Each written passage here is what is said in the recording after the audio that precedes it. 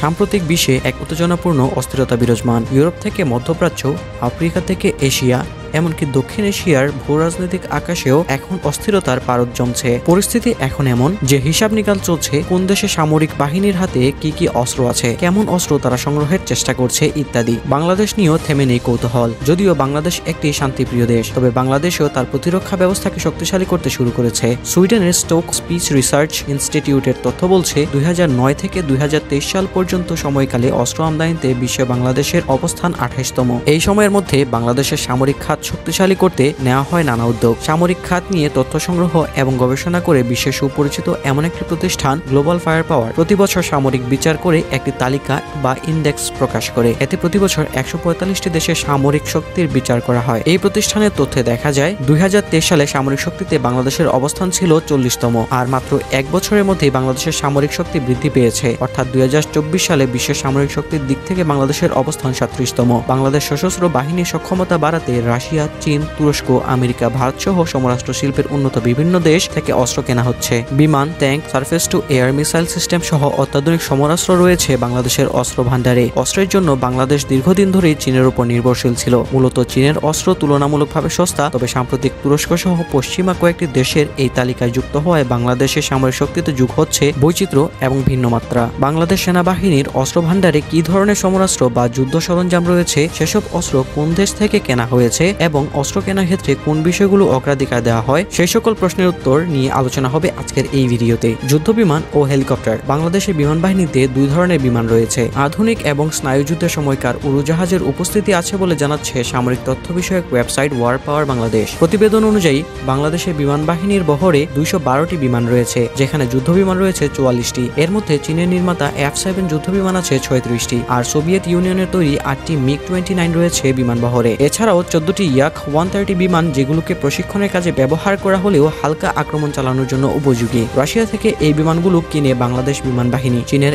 FT-7 প্রশিক্ষণ যুদ্ধ বিমান, যুক্তরাষ্ট্রের C-130B 4টি কৌশলগত পরিবহন বিমান আছে বিমান বাহিনীতে। বিমান বাহিনীর বহরে হেলিকপ্টার আছে 73টি। এর মধ্যে রাশিয়ার তৈরি Mi-171 সিরিজের 36টি হেলিকপ্টার রয়েছে। সাথে যুক্তরাষ্ট্রের নির্মিত সেসনাবেলের বিভিন্ন মডেলের হেলিকপ্টার রয়েছে 24টি। এর পাশাপাশি ফ্রান্স, ইতালি, চেকিয়া থেকে কেনা কিছু প্রশিক্ষণ বিমান ও হেলিকপ্টার ব্যবহার করছে বাংলাদেশ। ড্রোন। বিশ্বের প্রতিরক্ষা ব্যবস্থায় ড্রোন অত্যন্ত গুরুত্বপূর্ণ। বাংলাদেশের সামরিক বাহিনীর কাছে 44টি ড্রোন রয়েছে বলে জানাচ্ছে ওয়ার পাওয়ার বাংলাদেশ। এর মধ্যে 36টি স্লোভেনিয়া নির্মিত বার্মারসি 4i, তুরস্কের তৈরি বাইরাক্তার TB2 রয়েছে 6টি। 2024 সালে ড্রোন যুক্ত হয়। তবে 2022 সালে প্রথমবারের মতো সামরিক অস্ত্রবহরে এই হামলা সক্ষম ড্রোন কেনার প্রক্রিয়া শুরু হয়। ড্রোনের পাশাপাশি তুরস্ক থেকে কামানের গোলা রকেট প্রতিরক্ষা ব্যবস্থা সজুয়া যান, মাইন থেকে সুরক্ষাকারী যান কিনেছে বাংলাদেশ। এদিকে তুরস্কের বাইরাক্তার ছাড়াও ইতালির সিল্কস ফেলকো সিরিজের 2টি ড্রোন আছে বাংলাদেশের বহরে। সাবমেরিন ও যুদ্ধজাহাজ। বাংলাদেশের নৌবাহিনীর কাছে সাবমেরিন রয়েছে দুটি চীনের তৈরি এবং 2017 সালে এগুলো নৌবাহিনীতে যুক্ত হয়। ওয়ার পাওয়ার বাংলাদেশের এই সাবমেরিনগুলোকে অ্যাটাক সাবমেরিন হিসেবে উল্লেখ করা হয়েছে। এগুলোতে আক্রমণের জন্য টর্পেডোর হিসেবে নৌমাইনও ব্যবহার করা যায়। এছাড়া গ্লোবাল ফায়ার পাওয়ার অনুযায়ী বাংলাদেশের নৌবাহিনীর কাছে সব মিলিয়ে নৌযান রয়েছে 117টি। এর মধ্যে 7টি ফ্রিগেট বা রণতরী রয়েছে বাংলাদেশের। সাথে রয়েছে আরো 6টি করভেট যুদ্ধজাহাজ। ফ্রিগেটগুলোর 4টি নির্মাতা চীন, 2টি যুক্তরাষ্ট্র এবং 1টি দক্ষিণ কোরিয়ার। করভেট যুদ্ধজাহাজগুলোর মধ্যে 4টি চীনের, 2টি যুক্তরাজ্যের। ট্যাঙ্ক, কামান এবং multiple rocket launcher. Global fire পাওয়ারের তথ্য বলছে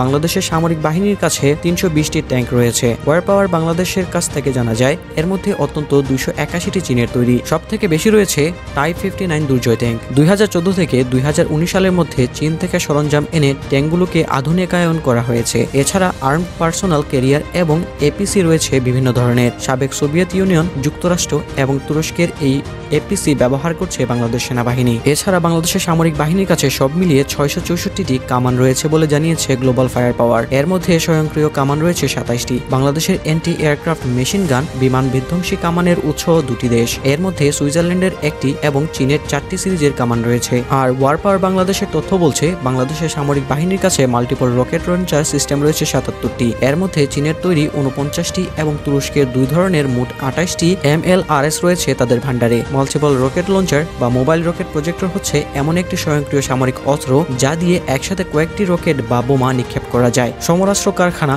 রাইফেল বা গোলাবারুদ। পাকিস্তান পূর্বে 1967 সালে চীনের সহায়তায় ঢাকার অদূরে গাজীপুরে একটি সমরাস্ত্র কারখানা নির্মাণ কাজ শুরু করে। 1970 সালে সেটি উদ্বোধন করা হয়। বাংলাদেশ সমরাস্ত্র কারখানা ওয়েবসাইট থেকে জানা যায় 1971 সালে মুক্তিযুদ্ধের কারণে নির্মাণ কাজ ব্যাহত হয় এবং চীনা কারিগরি দল কারখানা ত্যাগ করে। 1975 সালের 31 আগস্ট চীন বাংলাদেশকে স্বীকৃতি দেয়। তারপরের বছর চীনের কারিগরি দল কারখানাটিকে পুনরুজ্জীবিত করে। আরও এক বছর পর অর্থাৎ 1977 সাল থেকে কারখানাটির নিয়মিত উৎপাদনের কাজ চালু হয়। অস্ত্র এবং গোলাবারুদ এই দুটি তৈরি হয় এই ফ্যাক্টরিতে। সাথে স্মল আর্মস এবং রাইফেল সমরাস্ত্র সেই কারখানাতে তৈরি হয়। বাংলাদেশ সেনাবাহিনীর সাথে ব্যবহৃত অস্ত্র বাংলাদেশ শিল্প কারখানা তৈরি করে। এসব কাঁচামাল এবং যন্ত্রাংশ চীন থেকে আসে। গোলাবারুদ তৈরিতে বাংলাদেশ স্বয়ংসম্পূর্ণ বলে জানান এক সামরিক কর্মকর্তা। বাংলাদেশের কোনো এনিমি বা নির্দিষ্ট শত্রু নেই, সে কারণে আপাতত সংঘাতের সংখ্যা না থাকলেও ফোর্সেস গোল 2030 বাস্তবায়নে বাংলাদেশের অস্ত্রভান্ডার আপডেট করছে। অস্ত্রের জন্য অতিমাত্রায় চীন নির্ভরতা কাটিয়ে বাংলাদেশ চাইছে বৈচিত্র্য আনতে। কম দামে পাওয়া গেলেও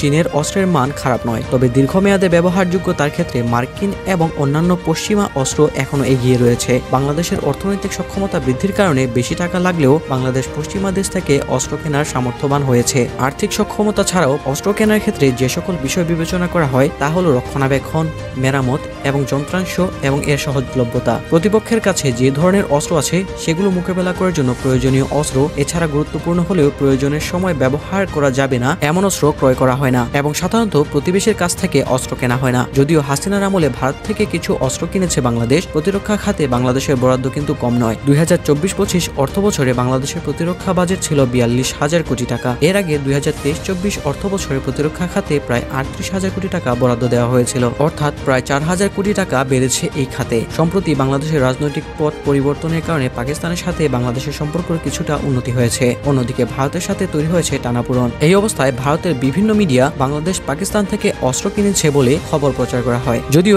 এই বিষয়ে কোনো সুস্পষ্ট তথ্য ওয়ার পাওয়ার বাংলাদেশের ওয়েবসাইটে নেই। সুতরাং বুঝাই যায় যে পাকিস্তান থেকে অস্ত্র কেনার বিষয়টি ভারতের মিডিয়ার মন গড়া খবর। বাংলাদেশের সামরিক শক্তি কতটা বাড়ানো উচিত বলে আপনারা মনে করেন? আপনার মতামত কমেন্টে জানান। আর যদি আপনি চ্যানেলে নতুন হয়ে থাকেন তাহলে চ্যানেলটি সাবস্ক্রাইব করুন।